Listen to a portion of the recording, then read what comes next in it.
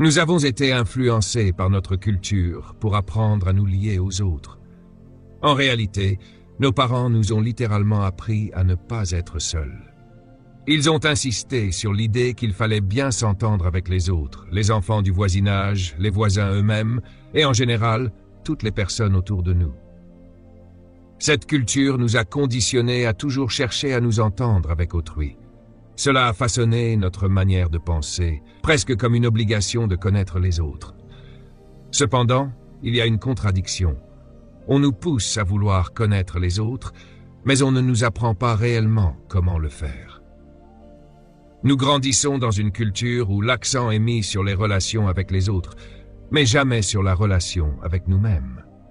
On nous dit constamment « Partage avec ton frère, ne mange pas tout seul, pourquoi ne peux-tu pas t'entendre avec les autres ?» Tout est orienté vers les autres, mais cela nous rend mal préparés pour nos relations. Voici pourquoi. La relation la plus importante dans la vie ne devrait pas être une relation interpersonnelle. Pourtant, c'est ce que l'on nous enseigne. Entends-toi avec ton voisin. Apprends à connaître des gens. Sors et fais-toi des amis. Mais la relation la plus essentielle est une relation intrapersonnelle, c'est-à-dire avec soi-même. Vous ne pouvez pas entretenir de relations interpersonnelles solides tant que votre relation intrapersonnelle n'est pas établie. Notre culture ne nous enseigne pas cela. Combien de fois vos parents vous ont-ils dit en grandissant « Apprends à t'aimer, aime-toi mon garçon, aime-toi ma fille ». Jamais. Nous grandissons presque avec l'idée que nous ne sommes ni aimables ni dignes d'être aimés, même par nous-mêmes. C'est là l'origine de nombreux problèmes. Si vous ne savez pas qui vous êtes, si vous ne comprenez pas votre propre valeur et ne vous appréciez pas, alors il est impossible d'aimer, de respecter ou de valoriser les autres.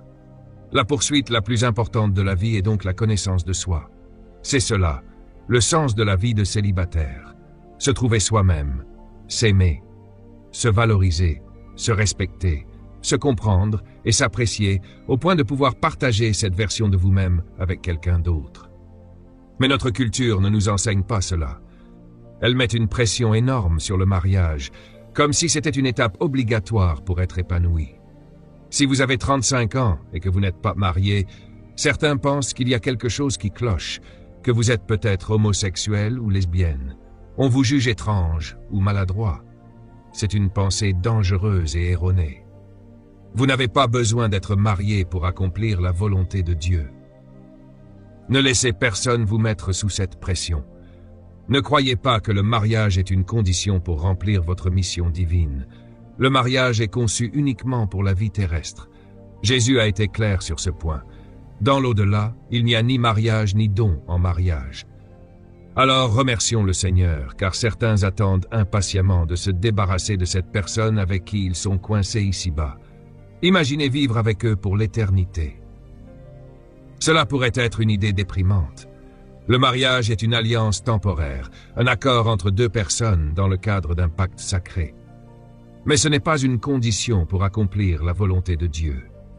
Cela signifie que vous devez vous concentrer sur votre mission divine sans attendre de trouver quelqu'un pour vous accompagner. Laissez-les venir à vous. Si vous attendez, vous risquez de prendre de mauvaises décisions. Ne vous sentez pas obligé de mettre votre vie en pause jusqu'à ce que vous trouviez quelqu'un. Concentrez-vous sur ce que Dieu a prévu pour vous. Point numéro 4. L'échec dans le mariage peut détourner de votre but dans la vie. Non seulement le mariage n'est pas nécessaire pour accomplir le but de Dieu dans votre vie, mais il peut même interrompre ce but. Combien de personnes connaissez-vous qui allaient bien jusqu'à ce qu'elles se marient? Je veux dire qu'elles étaient concentrées, elles avaient leur vie en ordre, elles servaient Dieu, développaient leur entreprise, construisaient leur maison, elles étaient sur la bonne voie, puis elles se sont mariées à un incapable ou à une femme qui ne sait pas ce qu'elle veut. Et leur vie s'est compliquée. Cela arrive souvent. Donc le mariage lui-même peut être une expérience destructrice. Alors ne pensez pas que le mariage est tout ce qu'on vous fait croire. Croyez-moi, le mariage est une chose très dangereuse. Il y a des personnes ici qui pourraient vous raconter les dangers qu'elles ont traversés. Le stress. Je veux donc vous libérer de cette pression. Et point numéro 5. Il vaut mieux être célibataire et malheureux que marié et malheureux. Dites oui, célibataire, allez avec moi, oui. Eh bien, je vais vous dire, certaines personnes sont mariées en ce moment et souhaiteraient être à votre place. Ils ne disent pas libre enfin, ils disent libre à nouveau, grand Dieu tout-puissant, laissez-moi être libre à nouveau. Vous savez, mais comme on dit, la chèvre attachée ne sait pas ce que ressent la chèvre libre. C'est une bonne phrase, non? Souvenez-vous, il vaut mieux être célibataire que d'être marié et déprimé. Écoutez, et c'est la vérité, les personnes les plus seules que j'ai jamais rencontrées sont des personnes mariées. Savez-vous pourquoi? Rien n'est plus solitaire que d'être coincé dans un mariage qui ne fonctionne pas. C'est l'enfer sur terre. Vous ne pouvez pas en sortir. C'est la solitude. Donc, s'il vous plaît, si vous êtes célibataire, remerciez Dieu. Vous n'êtes pas encore excité, hein? Ne vous précipitez pas dans quelque chose que d'autres ne peuvent pas attendre de quitter. Alors, ne vous mettez pas sous cette pression. Écrivez ceci. Le divorce n'est pas un péché impardonnable. La raison pour laquelle j'aborde ce point, c'est que parfois, des personnes traversent une mauvaise expérience. Elles vivent un divorce, et ensuite elles pensent que leur vie ne fonctionnera plus jamais, que Dieu ne veut plus les utiliser, que son but ne sera plus accompli. Ce n'est pas vrai. Dieu pardonne tous les péchés, y compris l'infidélité ou la rupture d'une alliance dans le mariage. Ce n'est pas un péché impardonnable. Beaucoup de grandes personnes ont changé le monde après un divorce. Kathryn Kuhlman était une divorcée. Elle a changé le monde. Quelle femme puissante! Parfois, nous passons par des moments difficiles et les choses ne fonctionnent pas. Relevez-vous. Ne vous contentez pas de récupérer la garde des enfants, c'est ce que les gens font la plupart du temps, mais il manque l'essentiel. D'abord, récupérez la garde de vous-même. Reprenez le contrôle sur vous-même. Alors, n'ayez pas peur de ne pas être marié. Ce n'est pas la solution à tous les problèmes, et parfois c'est la formation de grands problèmes. Dieu dit quelque chose d'intéressant, et je voulais le mentionner ici, parce que cela concerne, je ne veux pas vous effrayer du mariage sans raison. Tout d'abord, le traumatisme ultime dans la vie, c'est le divorce. Malachie chapitre 2, verset 16 dit quoi? Lisez-le à voix haute ensemble. « Je hais le divorce, dit le Seigneur, le Dieu d'Israël, et je hais qu'un homme couvre son vêtement de violence, dit l'Éternel des armées. » Remarquez qu'il lie le divorce à la violence. Pourquoi? Parce que le divorce est un acte violent. Quand vous vous liez à une autre personne, le lien est un mot dangereux. Le lien est comme lancer des toiles, comme une toile d'araignée. Chaque fois que vous parlez à quelqu'un, vous lancez une toile. Chaque fois que j'écoute quelqu'un, une toile se forme. Et plus vous parlez à quelqu'un, plus les toiles se multiplient. Et plus la conversation devient profonde, plus les toiles deviennent épaisses.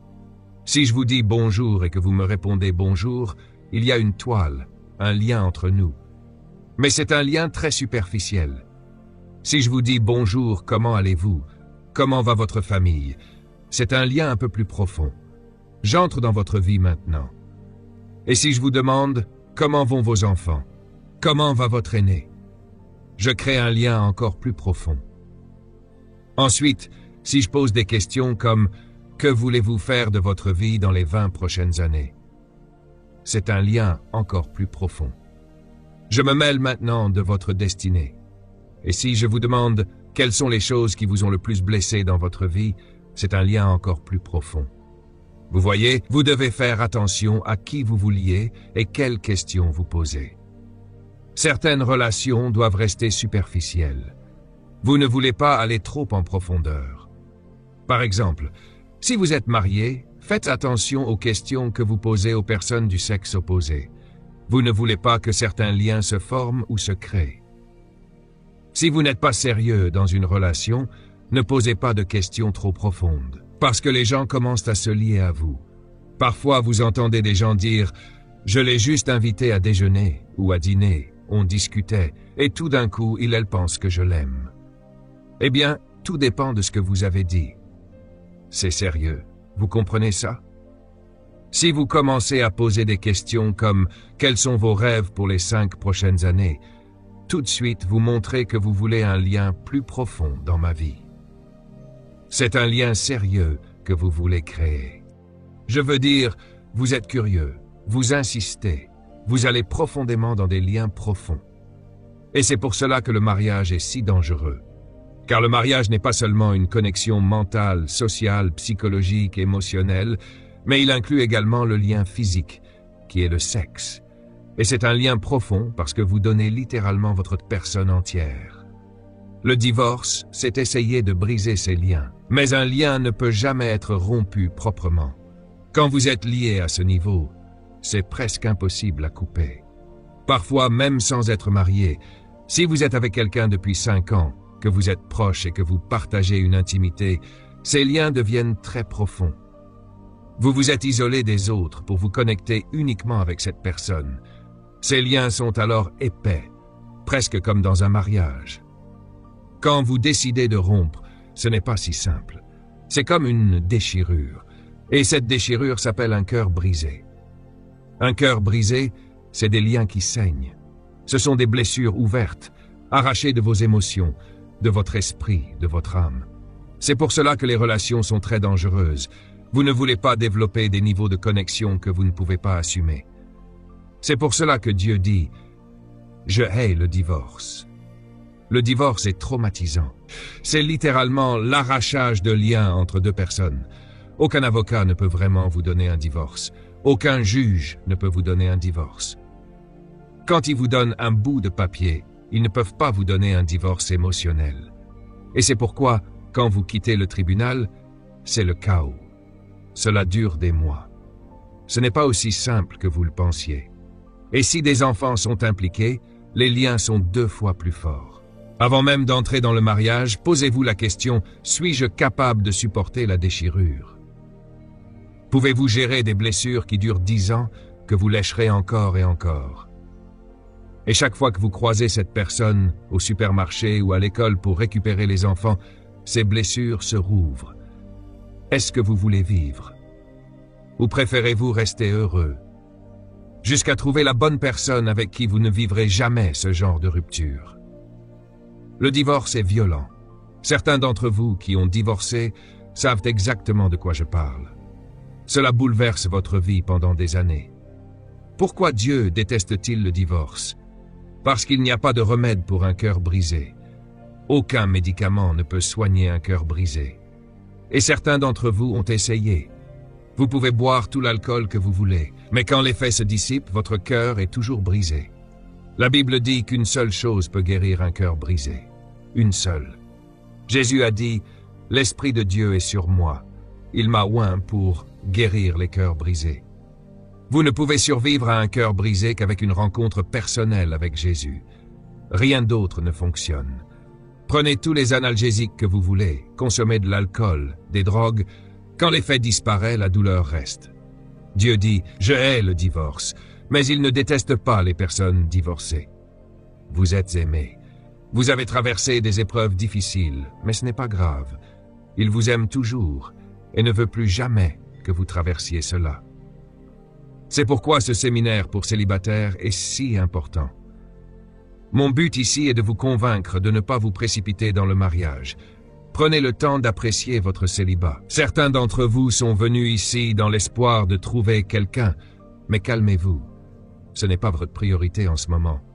Le divorce est tragique, car c'est la mort d'une relation. C'est littéralement une mort. Et ce que vous ressentez émotionnellement, psychologiquement, est similaire à ce que l'on vit lors d'un deuil. La différence, c'est que le divorce, c'est une mort sans enterrement, ce qui le rend encore pire. Quand quelqu'un meurt, vous pouvez l'enterrer, lui dire au revoir, poser des fleurs et passer à autre chose. Mais le divorce, c'est comme une mort, où vous voyez le défunt tous les jours. Le problème avec un divorce, c'est que vous enterrez la personne, mais vous continuez à la voir dans le futur. Vous la croisez à la station-service et là, vous vous dites « Oh mon Dieu, c'est reparti ». Vous allez chercher les enfants à l'école « Oh mon Dieu, la voilà encore ». Il continue de ressusciter. Et chaque fois qu'il ressuscite, la douleur revient. C'est pire que la mort. Vous ne voulez pas vivre ce genre de vie pour le reste de votre existence. C'est vraiment, vraiment difficile. C'est pour cela que Dieu dit qu'il déteste que quelqu'un traverse un divorce. Pourquoi en parlons-nous? parce qu'il est impossible de divorcer sans être marié. Je construis quelque chose ici. Le plus grand traumatisme et le plus horrible, c'est le divorce. C'est pire qu'un décès physique. Mais vous ne pouvez pas l'expérimenter sans être marié. Le mariage est donc une condition préalable au divorce. Il est impossible de divorcer sans mariage. Et le mariage, par conséquent, n'est possible que lorsque deux célibataires se réunissent. Vous voyez la connexion ici? Si vous ne voulez pas vivre un divorce, ne vous mariez pas. Si vous ne voulez pas vous marier, restez célibataire. Maintenant, si deux personnes célibataires se marient et que ça ne fonctionne pas, elles se dirigent vers le tribunal du divorce. Tout cela repose sur les bases, à savoir le célibat. C'est pourquoi être célibataire est la poursuite la plus importante dans la vie. Dans Matthieu chapitre 19, Jésus a dit l'une de mes déclarations préférées. Ils lui ont posé cette question. Est-il normal qu'un homme divorce de sa femme pour n'importe quelle raison? C'est typique de certaines cultures où les gens divorcent pour n'importe quoi. Vous me regardez de travers? Direction le tribunal. Vous n'avez pas fait les courses. C'est fini. Les gens divorcent aujourd'hui pour toutes sortes de raisons. Il leur a répondu, « N'avez-vous pas lu qu'au commencement, le Créateur les a fait hommes et femmes ?» Il a ignoré la question sur le divorce et est revenu à la recette. Ils ont parlé de divorce, mais il est retourné à quelque chose de différent, à l'homme et à la femme. Il a dit, « Le divorce n'est pas le problème. Le divorce est un symptôme. Quelque chose s'est mal passé avec le produit. Il s'est détérioré car les ingrédients utilisés n'étaient pas bons. » Vous voyez le lien? Si votre gâteau est trop salé, que s'est-il passé? Vous avez mis du sel au lieu du sucre avant de le cuire. En d'autres termes, ce n'est pas la faute du gâteau, c'est ce que vous avez mis dedans.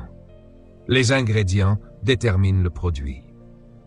Nous voulons un gâteau parfait tout en ajoutant beaucoup de sel à la farine, en la mélangeant. Nous continuons à attendre du succès en bâtissant avec des échecs. Nous voulons la perfection avec des défauts. D'une certaine manière, nous pensons qu'un miracle se produit à l'autel. Ces belles chaussures, cette grande robe blanche, on se dit, cette personne doit être parfaite, cette robe est trop belle. Parfois, la pire malédiction, c'est de marcher dans l'allée. Parfois, le plus grand démon vous attend là-bas. Et votre Père, qui vous aime, vous confie à ce démon. Mais rien ne change dans cette église. Ce qui est entré avec vous, sort avec vous. C'est la vie. Il dit donc, le problème vient de quelque chose qui s'est mal passé à la base. L'homme et la femme ont été corrompus. Il a dit, Dieu n'a pas créé le mariage en premier. Le mariage n'était pas la priorité principale de Dieu. Sa priorité principale était l'homme et la femme. C'est par là qu'il a commencé. Il a donc placé la priorité là où elle doit être. Il a dit, c'est pour cela que l'homme quittera son père et sa mère, s'attachera à sa femme, et les deux viendront une seule chair. Pourquoi? Retournez au commencement, à l'homme et à la femme que Dieu a utilisés au début. C'est ce qui fait que les choses fonctionnent. Ainsi, tout homme après le chapitre 3 de la Genèse et toute femme après la chute, il faut prier beaucoup. Parce que vous avez affaire à un homme déchu et à une femme corrompue, et vous voulez toujours le produit parfait de Dieu. C'est ce qu'il dit. Il dit, Dieu n'a pas arrêté où sont les gars abîmés. Vous devez revenir et être réparés avant d'essayer à nouveau le produit de Dieu. C'est pourquoi nous devons nous tourner vers le Créateur, pas pour être religieux, mais pour être réparés. Parce que si vous ne vous faites pas réparer, vous allez abîmer quelqu'un en vous mariant avec lui. Votre mariage ne sera aussi bon que votre célibat. Écrivez cela.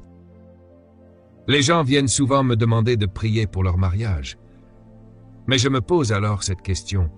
Pour qui dois-je vraiment prier, lui ou elle? Parce que le mariage n'est pas le problème. Ce sont les deux individus dans le mariage. Si ça ne fonctionne pas, les deux ont une part de responsabilité. Une femme est venue un jour en disant « Le diable est dans mon mariage ». Je lui ai répondu « Oui, c'est vrai, il est là en double ». Vous apportez au mariage ce que vous êtes en tant que célibataire, ni plus ni moins.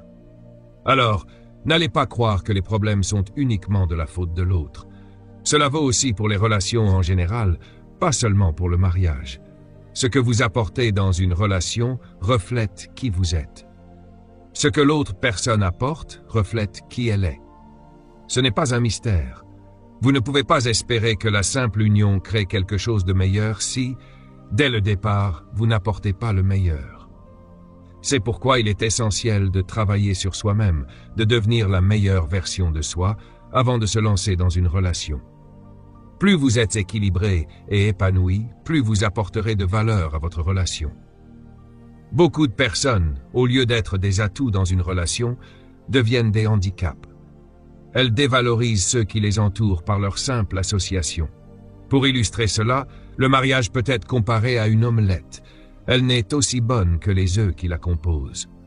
Peu importe à quel point vous souhaitez que l'omelette soit réussie, tout dépend de la qualité des œufs utilisés. Vous pouvez prier autant que vous voulez pour cette omelette, mais si vous utilisez un œuf pourri, cela n'ira pas. J'ai fait une expérience une fois. J'ai pris un œuf, percé un petit trou et laissé les bactéries s'infiltrer.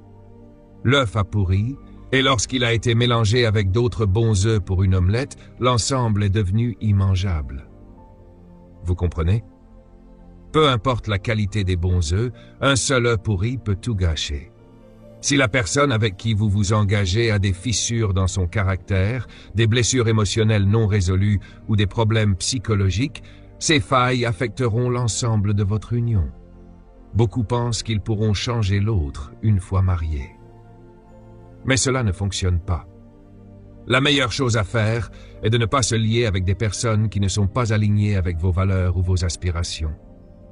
Et voici la réalité. Une fois l'omelette faite, vous ne pouvez plus séparer les œufs. C'est là que réside la douleur du divorce. Même après une séparation, vous continuez à porter les marques de cette union. C'est pourquoi Dieu donne des instructions claires, non pour vous limiter, mais pour protéger votre mémoire et vous permettre de vivre une vie sans regret. Quand Dieu dit « ne commettez pas de fornication », c'est pour préserver vos souvenirs. Il sait que vous porterez avec vous les conséquences de vos choix. Il y a des choses que vous avez faites dans le passé et que vous aimeriez pouvoir oublier, mais elles restent avec vous. Dieu veut que vos souvenirs soient une source de joie et non de douleur. Alors, posez-vous cette question importante. Si vous saviez tout ce que vous savez sur vous-même, vous marieriez-vous? Pensez-y. Tous vos secrets, vos habitudes, vos défauts, êtes-vous vraiment prêt à imposer cela à quelqu'un d'autre?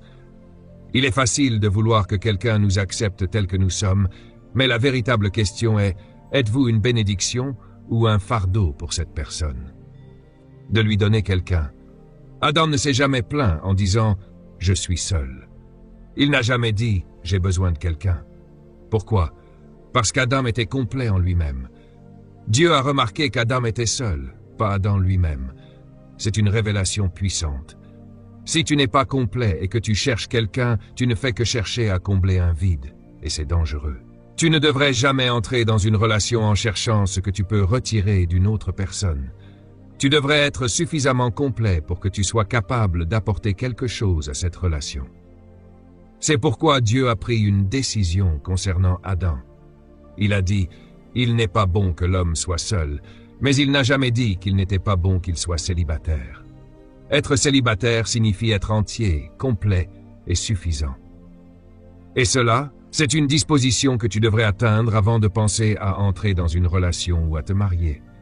Alors, réfléchis à ceci. Es-tu entier? Si tu devais évaluer ta propre vie aujourd'hui, pourrais-tu dire que tu es complet? Que tu es capable d'apporter quelque chose de significatif dans une relation? Ou es-tu simplement une personne vide, espérant que quelqu'un d'autre viendra te remplir? Et vous voyez, vous savez, les humains sont étranges. Ils ont toujours l'air bien en public. Regardez comme vous êtes bien habillés. Je me demande à quoi vous ressemblez à 2 heures du matin. Je ne sais pas. Vous enlevez vos chaussures. Vous savez, prenez mes chaussures avec vous, bébé. Prenez les miennes. Je vous l'ai dit, je suis chez vous. On prend tout cela pour acquis. Les gens veulent nous épouser. Êtes-vous ce genre de personne avec qui je pourrais vivre pendant 90 ans? Réfléchissez-y. Préparez-vous à faire cela pour quelqu'un. Certaines personnes ne le font pas. Je ne parle pas de vous maintenant. Ils ne sont pas dans cette pièce, je les connais. Ils ne sont pas dans cette pièce, j'en suis sûr. Mais quand ils passent, vous pouvez le sentir. Leur gloire les suit. Et ils veulent que vous les honoriez. Qu'avez-vous qui ferait que je puisse vivre avec cela pour toujours? Et c'est ce que nous demandons aux gens de faire. Alors ils donnent leur vie. D'ailleurs, voici une autre question. Pourriez-vous vivre avec vous-même pour le reste de votre vie? Je pense que c'est pourquoi ils essayent de trouver quelqu'un, parce qu'ils ne peuvent pas le supporter. C'est trop de fardeau pour moi. Je dois partager ce désordre avec quelqu'un d'autre. Mais si nous ne réfléchissons jamais à ces choses, nous serons comme « Hey, tu m'aimes, tu m'aimeras. Je te promets que tu m'aimeras si tu m'emmènes chez toi pour toujours. » Non, ils ne le feront pas. Cela gâche la vie de ces gens. Êtes-vous un cadeau ou êtes-vous une malédiction? Êtes-vous une promotion pour moi ou une rétrogradation? Qu'est-ce que vous avez qui améliorera ma vie? Restez célibataire jusqu'à ce que vous ayez réglé tout cela. Parce que c'est ça, être célibataire. Il s'agit de se trouver soi-même. Voici quelque chose à retenir, et je l'appelle un mythe. Vous savez, c'est un mythe. Les gens pensent que le célibat est une mauvaise chose, mais ce n'est pas un problème d'être célibataire. C'est d'être seul. Cela, c'est votre problème. En d'autres termes, on utilise ce terme célibataire. On le lance sans même savoir ce que cela signifie. Et je dis, je suis fatigué d'être célibataire. Tu n'as jamais été célibataire. Laissez-moi vous le dire encore une fois. Vous dites, je suis fatigué d'être célibataire, mais je vous dis que vous n'avez jamais été célibataire. Tout ce que vous êtes, c'est non marié. Ce sont des choses différentes. Vous voulez être célibataire, vous ne voulez pas arrêter d'être célibataire. Alors, nous confondons les deux. Nous pensons que notre problème, c'est que nous ne sommes pas mariés. Eh bien, vous avez raison. Ne jamais confondre être seul avec être célibataire. Le mot « seul » signifie être exclusif. Cela veut dire que vous êtes le seul de votre genre. C'est pas vrai. Il y a beaucoup d'hommes, beaucoup de femmes dans le monde, donc vous n'êtes pas seul.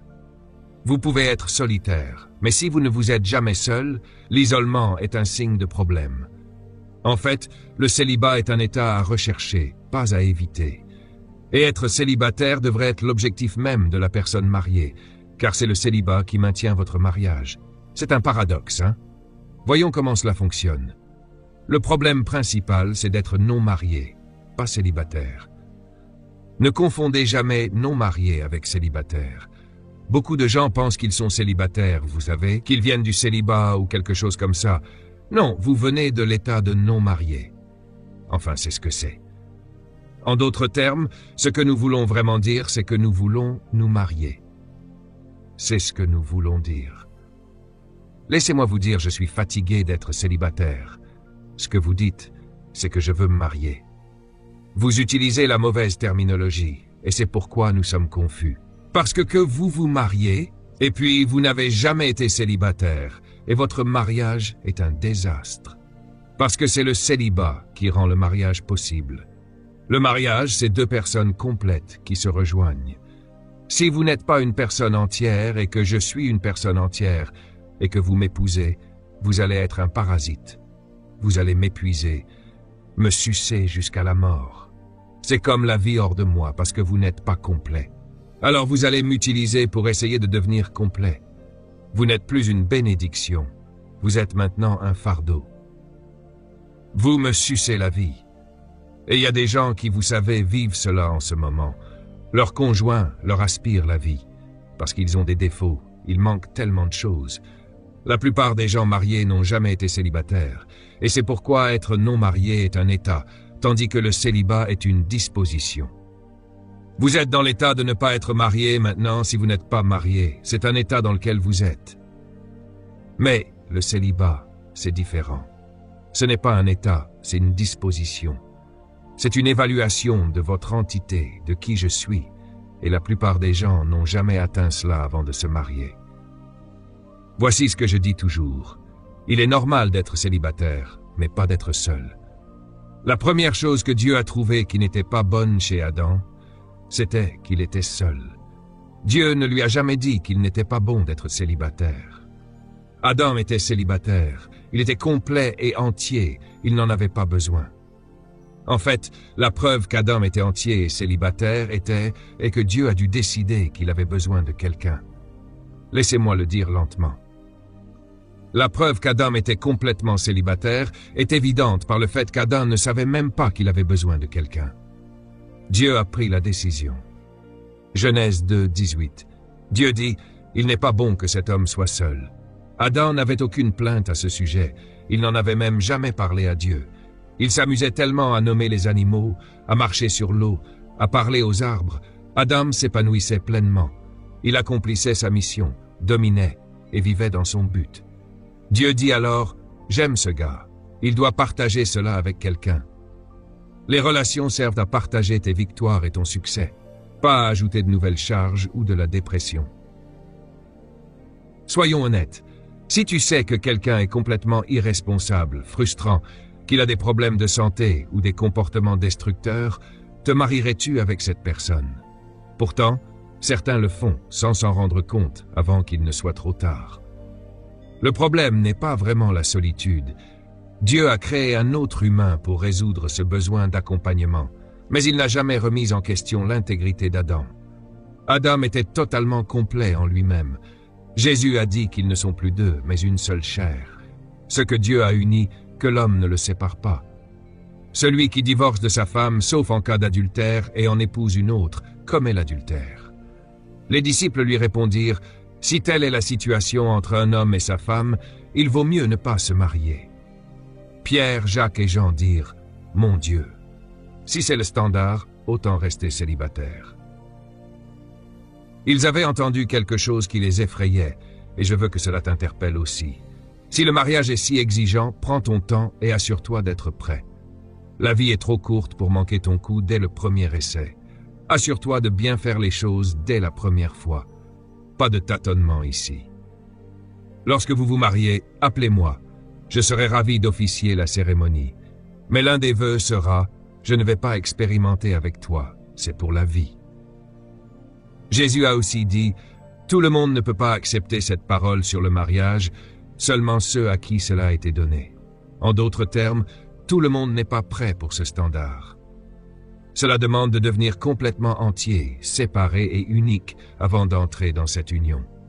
Si tu te précipites avant d'être prêt, tu auras des problèmes. Certaines personnes, dit Jésus, choisissent de ne pas se marier. Elles ont décidé de consacrer leur énergie à l'œuvre de Dieu et à aider l'humanité. Cela ne signifie pas qu'il y a quelque chose qui ne va pas chez elles. Elles ont simplement choisi une autre voie, et c'est parfaitement acceptable. Le mariage n'est pas une condition pour accomplir la volonté de Dieu. Donc, ne te sens pas sous pression. Profite pleinement de ton état actuel. Enfin, Jésus conclut, « Celui qui peut accepter cela, qu'il l'accepte.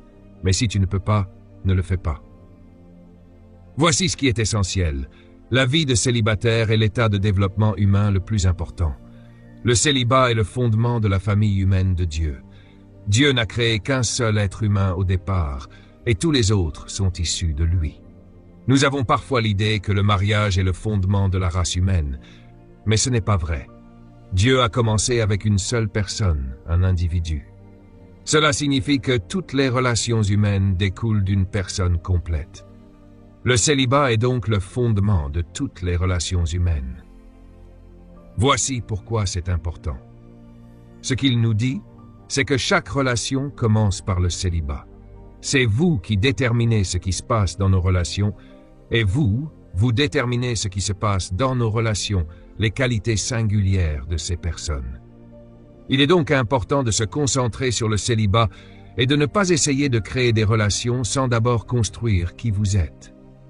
Dieu mesure les images de cette manière, il les a créées, mâles et femelles, et nous avons toutes ces vérités merveilleuses ici. Le fondement de la race humaine est vraiment une seule personne. Les personnes les plus importantes au monde sont celles qui sont dans cette salle, qui ne sont pas mariées. Ce sont les plus importantes et ce sont elles qui détermineront ce qui nous arrivera à l'avenir, en tant que pays et communauté. C'est pourquoi tous les humains doivent commencer une relation avec le célibat. Quelle est la qualité de votre vie? Je vous encourage à passer les 2 prochains jours, à chaque session, à vous ouvrir pour comprendre ce que signifie être célibataire, car j'ai une définition dans mon livre que je serais heureux d'autographier pour vous si vous l'achetez sur le célibat. Et cette définition est ce qui m'a sauvé. Je me suis marié avec ma femme. Nous sommes mariés depuis 31 ans, elle est assise là-bas, et notre mariage, c'est notre célibat. La manière dont vous mesurez si vous êtes célibataire, c'est si vous avez besoin d'être marié. Si vous n'avez pas besoin d'être marié, vous êtes probablement prêt à être marié. Vous voyez, parfois nous sommes faibles. Les gens nous font sentir coupables si nous ne sommes pas intéressés par le mariage. Mais vous êtes le candidat parfait pour le mariage si vous n'avez pas besoin de vous marier. Car cela signifie que vous êtes probablement proche d'être entier. Parce que cela signifie que vous avez une bonne vie tout seul. Et cela est un signe d'intégrité. L'intégrité signifie que je n'ai besoin de personne pour devenir quelqu'un. Je suis quelqu'un tout seul. Allez. Quelqu'un, dis avec moi. Oui. Le célibat signifie que je n'ai pas besoin de vous pour m'approuver. Je n'ai pas besoin que vous me fassiez sentir important. Je n'ai pas besoin que vous me disiez à quel point je suis bon, car je sais que je suis bon dans ce domaine. En d'autres termes, l'intégrité signifie que je suis libre de vous avoir besoin. C'est pourquoi je suis bon pour vous, parce que je ne viens pas pour vous prendre quelque chose. C'est un mystère, n'est-ce pas? Donc, si vous avez besoin de vous marier, vous êtes dangereux. Si quelqu'un vient et dit « je t'aime », ne me quitte jamais. Fuyez. Ils disent, tu sais, depuis que tu es entré dans ma vie a changé. Et je veux vraiment remercier Dieu pour toi, pour être la réponse à toutes mes prières. Vous voyez, ce sont des gens qui mettent de la pression sur vous. Ces gens sont malades. Et vous devez vous méfier de ceux qui prophétisent. Vous savez, le Seigneur m'a dit que je devais t'épouser. J'ai fait un rêve cette nuit. Et le Seigneur m'a parlé et m'a dit que le gars s'appelle John. Arrêtez de mentir. Si vous aimez ce gars, dites-le lui. Mais ne mentez pas sur la prophétie. Dieu ne choisit personne pour vous. Il vous donne un cerveau et un pouvoir de choix. Vous les analysez, vous les comprenez, puis vous choisissez. Et ce que vous vous réveillez avec le matin, c'est ce qui est à vous. Dieu vous regarde et dit c'est pour vous. Si vous vous trompez, c'est votre problème. Dieu ne prendra pas votre fardeau pour lui-même, il ne fera jamais cela. Donc, ce que je veux définir avec ce mot « seul », c'est tout en un. Et Dieu a séparé Adam afin qu'il puisse avoir quelqu'un avec qui partager, et c'était l'essentiel de cela. C'est de là que vient notre définition. Né de nouveau, célibataire signifie que vous vous concentrez désormais sur ces trois choses pour devenir entier. Entier signifie d'abord être séparé. Séparé signifie que vous êtes une partie détachée et différente de tout le monde. C'est important, car beaucoup de gens ne sont pas encore dans cet état. Ils ont 50 ans et ne sont toujours pas séparés. Ils ont toujours besoin de gens autour d'eux pour se sentir importants. Ils détestent être seuls parce qu'ils sont une mauvaise compagnie pour eux-mêmes. Séparé signifie « je ne suis pas mon frère, je ne suis pas ma sœur. Je suis différent de mes amis et ne me faites pas changer. Je suis moi, laissez-moi tranquille, je suis séparé de vous tous. » C'est important, car c'est une partie de votre valeur. Le second point est l'unicité. Unicité signifie que je suis original. J'ai découvert que j'ai une qualité distincte, un design distinct par Dieu. Je ne suis comme personne, mon empreinte digitale est unique, nulle part ailleurs, et personne ne peut être comme moi, et je ne peux être comme personne. Laissez-moi tranquille, j'aime qui je suis. Je suis unique, je suis différent de vous, je suis spécial. Croyez-vous cela de vous-même maintenant? Et le dernier point est complet. Maintenant, complet est un terme difficile. Complet signifie que vous vous complétez vous-même, que vous êtes unifié avec vous-même. Tout votre être, votre corps, votre esprit, votre âme sont tous connectés. Vous êtes amoureux de vous-même dans sa totalité. Cela signifie aussi que vous êtes un avec vous-même, c'est-à-dire que vous n'avez besoin de personne pour vous compléter. Cela est très important, surtout dans la culture des Bahamas, où l'on nous a appris que l'autre est notre moitié. Eh bien, c'est une déclaration dangereuse. Cela pourrait être une moitié. Attendez, laissez-moi y réfléchir. D'accord, je suis une moitié, elle est une moitié. Donc j'étais une moitié toutes ces années. Alors maintenant, quand je la rencontre, nous sommes tous les deux entiers. Et ce qui se passe, c'est que j'essaie de prendre autant de toi que possible pour devenir entier. Tu essaies de prendre autant de moi que possible pour devenir entier. Alors, pendant 30 ans, nous continuons à nous battre, essayant de nous voler l'un l'autre. Et c'est pourquoi, quand nous divorçons, tu sautes du pont, ou tu ne peux pas aller au travail, ou tu deviens fou. Pourquoi? Parce que tu as une personne. Écoutez, une relation devrait être deux entités entières se connectant l'une à l'autre. Si toi et moi sommes entiers, je cherche un verre dans mon verre. Ok, si tu es entier, laissez-moi vous dire ce qui est beau. Vous voyez, ça fonctionne pour nous. Ma femme n'a pas besoin de moi, et c'est bien pour moi. Et je n'ai pas besoin d'elle. Nous pourrions vivre séparément et être heureux. Mais regardez, nous avons décidé par alliance de vivre ensemble. Maintenant, si je suis entier, je vais me mesurer à moi-même. Je suis plein. Viens, bébé. Tiens-toi debout. Maintenant, ma femme se tient à côté de moi et elle est aussi pleine. Nous sommes donc deux personnes pleines. Cela signifie que tout ce que je fais pour elle n'est pas parce que je cherche quelque chose. Je suis plein. Tout ce qu'elle fait pour moi n'est pas parce qu'elle a besoin de quelque chose de ma part. Elle est pleine, donc tout ce que je lui donne est un excédent. C'est moi qui dis « Regarde, je n'ai besoin de rien, je fais ça parce que je veux le faire ». L'amour est une décision de partager avec quelqu'un. Mais si elle est nuisible et que je suis à moitié plein, alors je peux retourner ça, verser à l'intérieur de moi, et ça la laisse vide. Elle me dit « Chérie, qu'est-ce qui ne va pas chez moi ?» Pendant 30 ans, nous continuons à nous battre l'un contre l'autre pour devenir entiers, parce que nous ne sommes pas entiers. Comment ce que je t'apporte dans ma vie est un excédent. Tu n'aimes pas quelqu'un parce que tu as besoin de quelque chose d'eux. J'ai besoin d'un homme. Eh bien, je ferais mieux de m'arrêter là. Laissez-moi boire un peu d'eau. Merci, merci chérie. D'accord, tout s'assemble maintenant.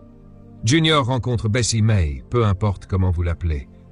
Maintenant, Junior dit « Je t'aime » et elle répond « Je t'aime aussi, soyons ensemble. » Pourquoi? Parce que je vais être ta meilleure moitié, je veux que tu me complètes.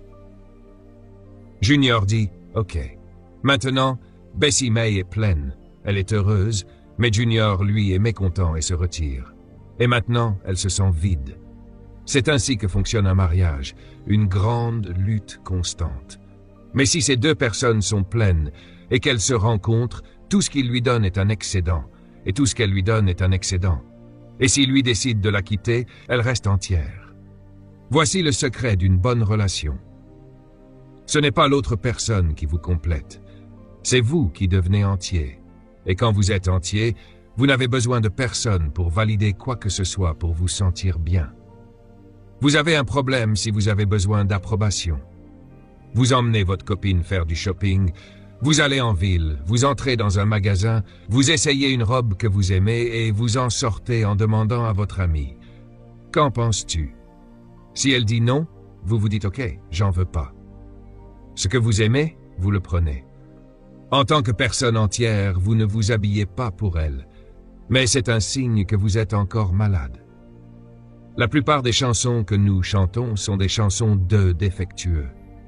En d'autres termes, vous dites à cette fille que si elle vous quitte, vous serez dans l'embarras. Cela signifie que vous liez toute votre paix et votre santé mentale à une autre personne. Vous êtes malade. Vous savez tout ce que c'est. Je veux dire, la chanson sonne tellement bien, mais c'est satanique. Ce que vous voulez dire, c'est que si tu me quittes maintenant, tu penses « Non, non mon enfant, tu me quittes, tu t'occupes de toi-même, je garde ce que j'ai. Je suis un homme âgé. Stevie Wonder, you are the sunshine of my life. C'est pourquoi je reste toujours autour. » Ok, c'est bien. Alors, tu es le soleil de ma vie. Ça veut dire qu'avant que tu viennes, j'étais dans l'obscurité. Et quand tu t'en vas, je peux être dans l'obscurité à nouveau. C'est comme si je te laissais partir. Tu peux me manipuler à tout moment. C'est un signe que je ne suis pas entier. Alors je dirais aux gens, regarde, la façon dont ça doit être, c'est, regarde, je suis un soleil, tu es le soleil, nous nous rejoignons pour former une constellation bébé. On brille ensemble. Maintenant, si tu décides de quitter un mec aussi charmant que moi, pas de problème, j'ai toujours mon propre soleil. Je suis une personne entière. Jean chapitre 1. Les 2 derniers versets ont changé ma vie. Il est dit que les gens suivaient Jésus et disaient « Tu es merveilleux, tu es grand, tu es puissant ». Ils ont commencé à lui dire toutes ces bonnes choses. Et le verset suivant dit « Mais Jésus ne croyait rien de ce qu'il disait, parce qu'il savait ce qu'il y avait dans chaque homme. Il n'avait pas besoin de l'approbation des hommes. » Cela, c'était des choses magnifiques. Applaudissements. Cela a changé ma vie quand j'étais adolescent et je suis toujours comme ça. Si tu ne m'aimes pas, c'est ton problème. Utilise ton énergie autrement. N'essaie pas de ne pas m'aimer parce que je m'aime bien avant de te rencontrer. Si tu es entier, tu peux être une bénédiction, mais si tu n'es pas une personne entière, tout le monde a un problème. Parce que maintenant, tu es un parasite. Tu t'attaques aux gens, tu les suces, c'est pourquoi tu passes d'une relation à une autre. C'est un signe que tu es malade. Tu cherches à te compléter en suçant les autres et à les vider. Certaines personnes sont mariées, elles sont malades et déprimées. Pourquoi? Parce qu'elles vivent avec quelqu'un qui est un parasite depuis 25-30 ans. Elles les sucent émotionnellement, psychologiquement, financièrement, physiquement. Et c'est comme... Tu sais, Dieu, s'il te plaît, tue-les. Pour moi, je veux pas de ça. Tout le monde, pour finir, la solitude est amplifiée par le mariage. Si tu n'es pas complet, le mariage va l'exposer. Puis-je le dire à nouveau, c'est très important. Tous tes défauts vont apparaître dans le mariage. Alors tu penses que tu vas bien maintenant, mais marie-toi. Donc, tu veux te concentrer sur toi-même en ce moment. Tu veux dire, laisse-moi me développer, laisse-moi améliorer ma personne, laisse-moi lire des livres, me concentrer sur mon développement intellectuel, spirituel, physique. Laisse-moi améliorer mon hygiène. Laissez-moi définir ce que je veux faire de mon avenir. Laissez-moi définir mon but. Pourquoi? Parce que je veux m'assurer que quand l'opportunité se présentera, je ne serai pas un parasite. C'est ce dont nous avons besoin. Ouais.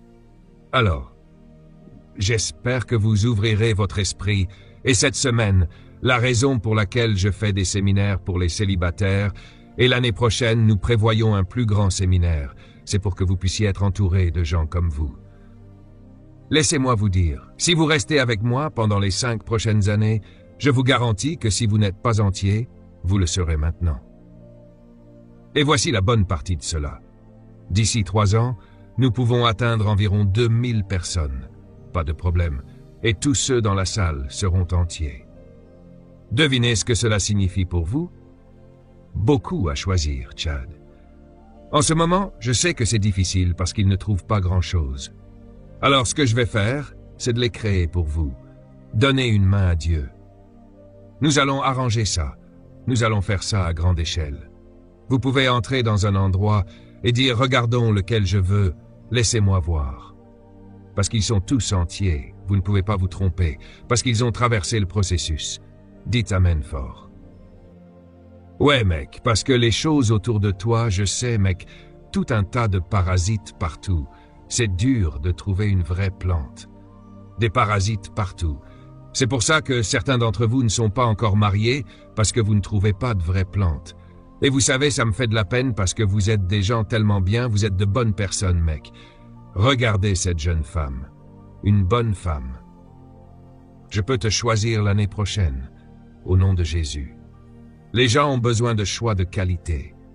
Je disais au frère Craig, une dame a écrit sur ma page Facebook, elle a dit, tu sais, c'est tellement difficile de trouver, je ne fais plus confiance aux hommes, j'ai été blessé. Je lui ai dit, écoute, si tu fais tes courses dans un magasin et que tu ne trouves pas ce que tu cherches, va dans un autre magasin. Ça veut dire que tu dois bouger un peu. Tu sais, viens à plus d'événements comme celui-ci, tu vas rencontrer ton futur. Et tu verras que ce qui est important, c'est que tu veux rencontrer des gens qui vont là où tu vas. S'ils vont vers la plénitude et que tu les rencontres, vous êtes sur le même chemin. Donc, tu veux pas ramasser n'importe quoi et essayer d'en faire quelque chose. C'est trop de travail, tu sais, c'est du travail difficile, hein. C'est pour ça que je suis fier de vous, d'être ici ce soir. Vous me rendez tellement fier.